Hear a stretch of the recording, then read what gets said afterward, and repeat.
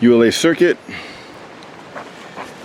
penfishingrods.com setup. This is my own creation here.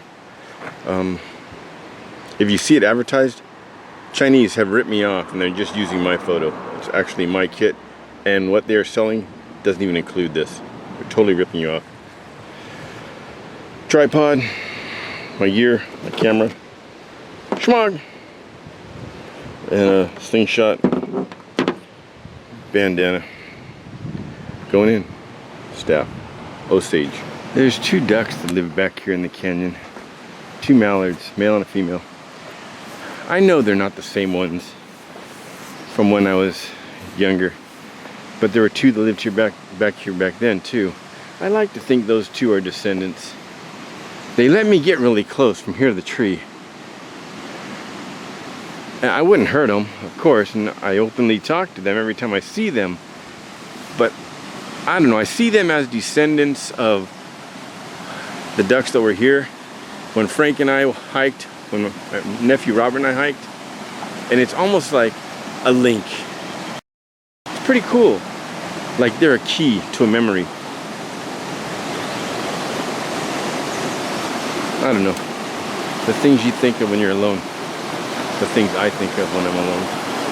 Oh yeah, I'm not guaranteeing it, but there's a naked girl that usually camps right up here on the left.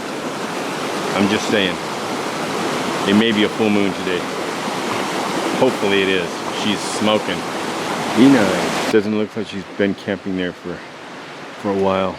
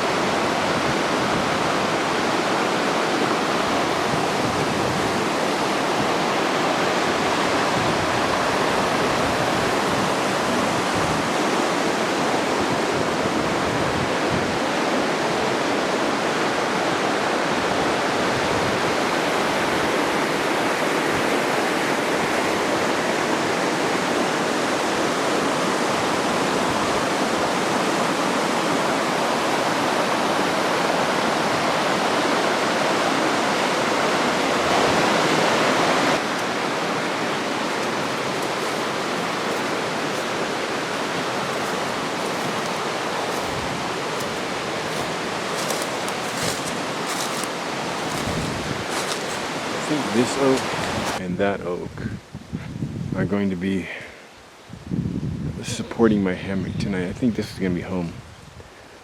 But I still have, I'm guessing, oh look at that.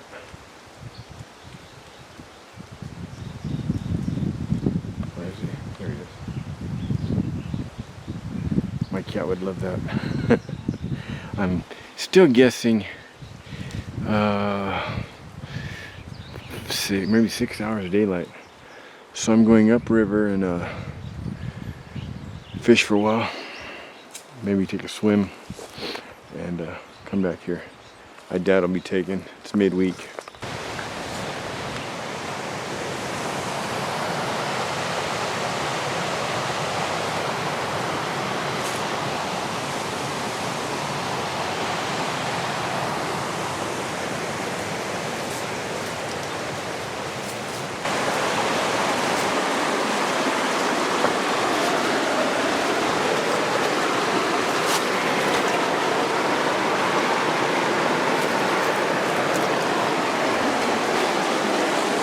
Gopher. Really cool one. Look at that. Really cool gopher snake. Look at that.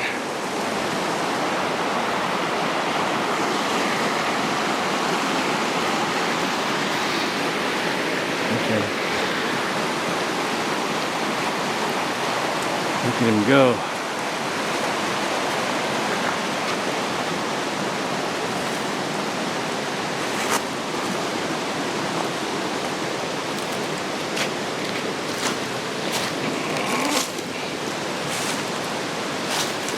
Look at that. That's a really neat find. You see those, do not hurt them. They take care of the rat and mouse problems back here. Not problems, but they take care of them.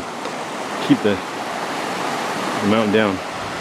They're probably small trout, but you can see some topwater action. They're feeding right after that first ripple. Between the first and the second, every once in a while you'll see them come out of the water and come to the top and hit something. I see dragonflies in the area. And back of me there's a guy flat on his back. He doesn't want to be on camera, but he's trying to make it to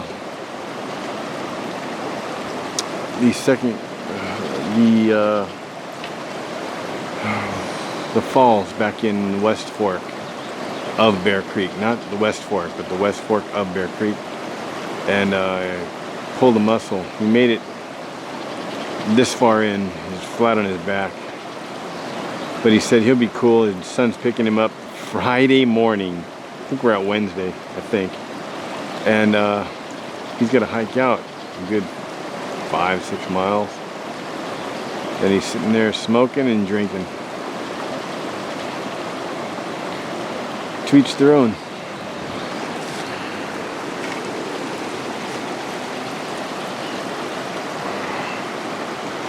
When I come back by, I'll check on him before I leave.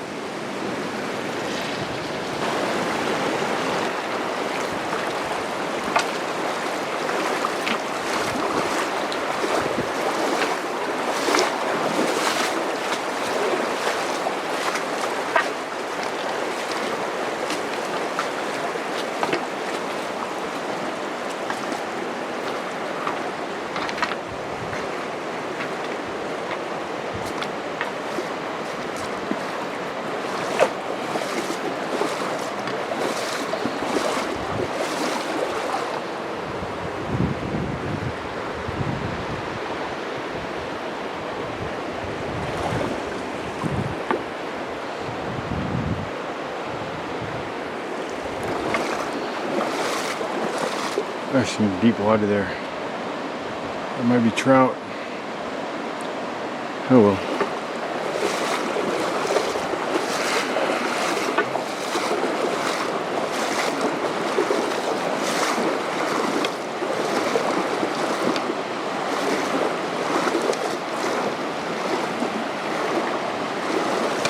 I think I've seen one.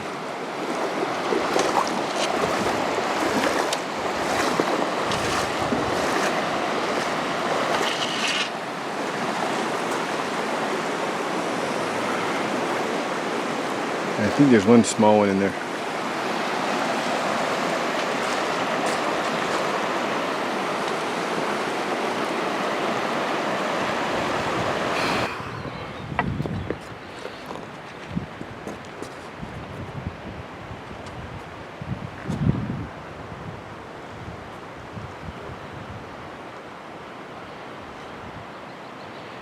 I think I see a cave or a mine.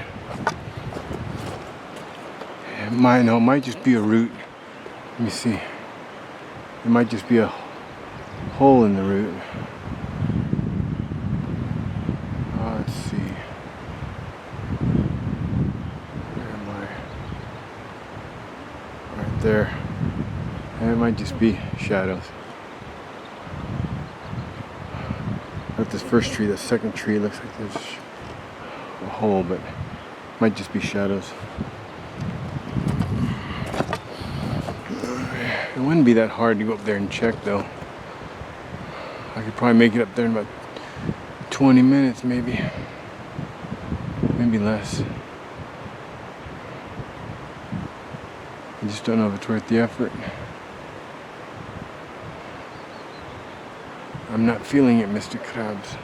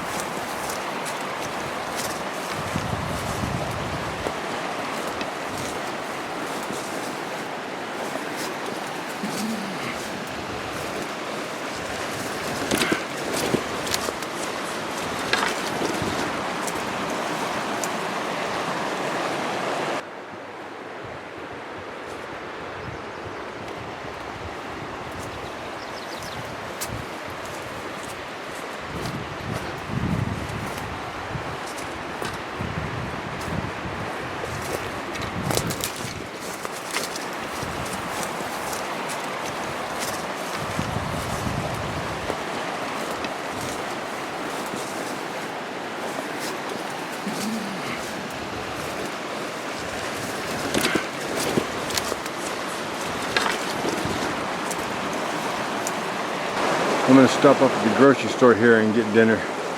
But to do that, I'll be using this. In here I have liters, line, everything. Let me show you what's in here.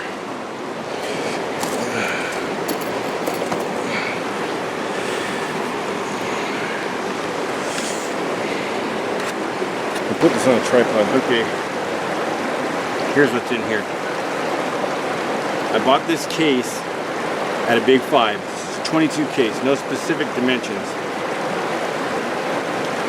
My bigger lures are up here. Behind there are my leaders. That's a cattail. My leaders, tippets. In here I have some soft jigs, some minnows, daredevils, jigs. Pinfishingrods.com. This is both fly rod and spinning rod. Spinning reel here, the fly reel here. I'm going to put the spinning reel on, put a lure on, and catch dinner right here. So give me a minute, and there'll be links to this. They do not sell this case. I repeat, they do not sell this piece. This is a 22 pistol case I got from Big Five. No specific dimensions. Big enough to hold the 22. I cut these in there with an X-Acto. Pinfishingrods.com, tackle box, pole, reel, fly reel, lures. Let me set it up. Pinfishingrods.com, MEPS, rooster tails, Eppinger, daredevils, both, jigs, hooks, weights, swivels, more jigs, more swivels, more hooks, Panther Martins. I'm going with a Panther Martin with a skirt alert.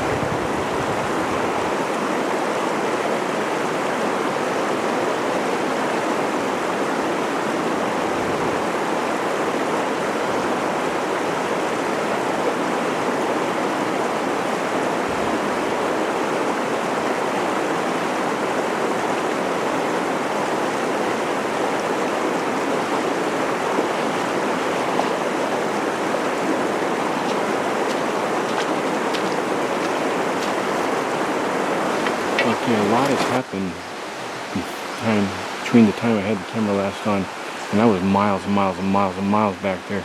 But I fell in, and to keep the camera from getting wet, I took it out of this, put it in this dry sack, put it in my backpack so it stayed dry. I was coming back to second camp, and I came across that guy, and he was flat on his back screaming for help.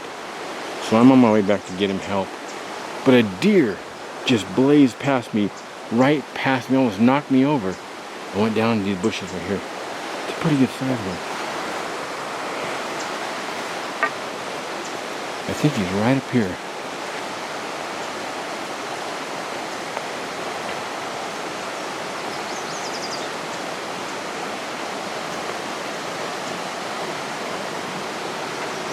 I had to stop and pull the camera out for this. Last time I saw him, he was right here. But it took me a while to get the camera out. I don't think he crossed. He might just be laying low. Otherwise, he's working his way down. But he is here somewhere. Anyway, I gotta get out of here and call that guy's son. That guy said he's 260 pounds and his pack's 45. Plus he's got a case of beer. A case? He brought 48 beers. And he's doing something. I know he's smoking weed, but I think he's doing something else too. And he's 62 years old.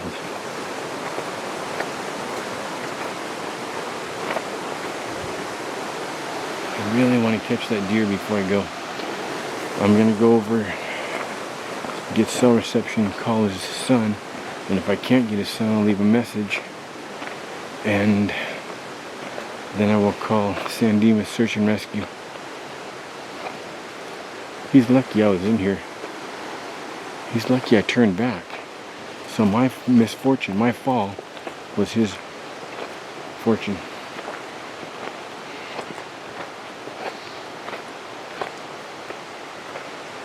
I wanted to get that deer.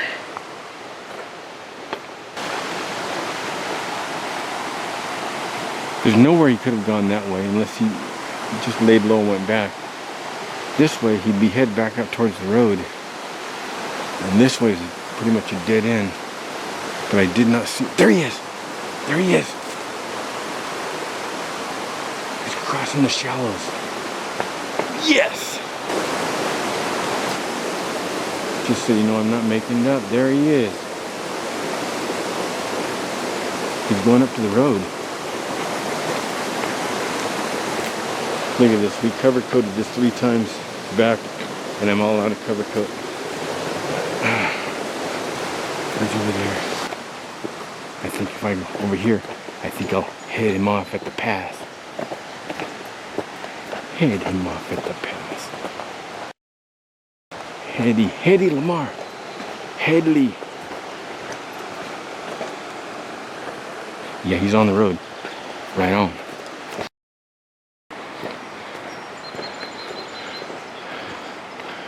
I don't see him. I thought that was him as a kid.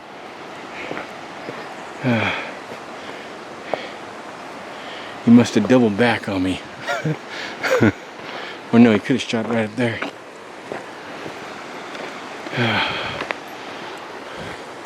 That's probably what he did. Probably came up, saw that kid.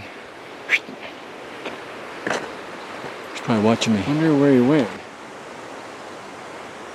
He might have went up and back over that way. It drops down into the lower Bear Creek. I mean, he might have went across that way. That drops down into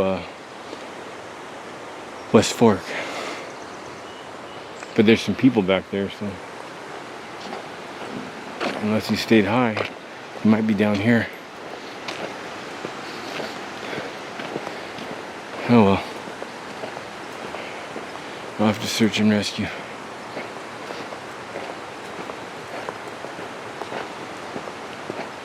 I almost wish I wouldn't have gone back. But, you know, I've been in his position. I fell one time and hurt my back. My back was bleeding bad. By taking a header backwards. onto a rock, and I asked these hikers for a ride out, and I was trying to get out of Vincent Gap and I was hurting, and they told me denied. They were in a hurry. They left me. Rat bastards just left me there. They said, oh, we'll tell the rangers. There's no ranger in there, especially on a Sunday. Well, as it turns out, got home, called that guy's son. That guy's son knew exactly where it was. He says he knew exactly where it was. I called it the John W. Robinson tree. And he goes, which one? So I sent him my video, one of my videos about the camp. And he said, how many water crossings? I told him roughly how many. He said he's going to go in, look for him. I said, you can't miss him. He's just laying. He's laying right at the river. There's no way you can miss him. So he says, don't call search and rescue unless he looked like he... I said, no, he's basically just drunk and out of it. But he wasn't hurt that bad, just had a lot of cramps, and he's just too old and too sore to make it out. So he's going to go in there in the morning and pick him up. But I found my 7th or 8th phone this time around. This thing. And I asked everybody if they lost a phone. Everybody said no. A few people said, let me see it. I said, no. Tell me what color it is, what kind it is, and you get your phone back. Nobody. I get home. Just got home, and this phone rang. And said, did you find that phone? I said, yeah, I found that phone up in the mountains. And the lady says, are you the one that walked by us asking us if we lost a phone? Yeah, well, turns out we did. Obviously, it's ours. I'm calling you. The reason I didn't know is because it was my dad's phone, and he didn't check. So they're coming from Torrance to pick up their phone. So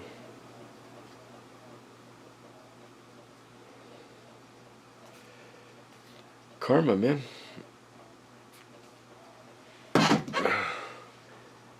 Now I'll put what's on here, and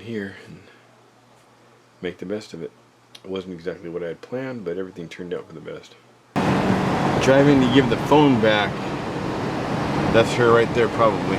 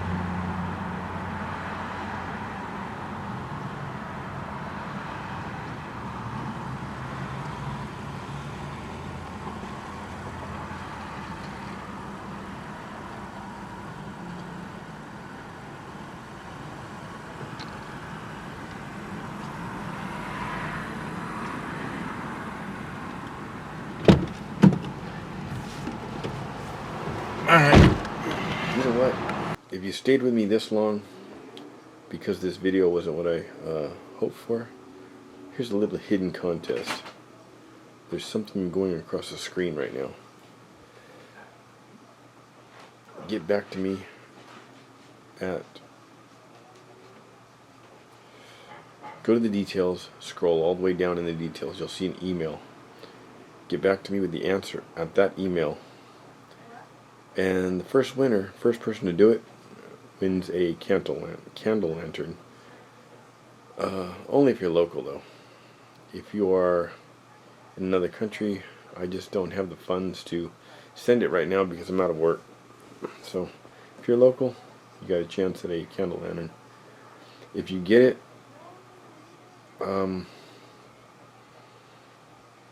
congratulations. If you're in a different country, but I'm going to take the first person that's local.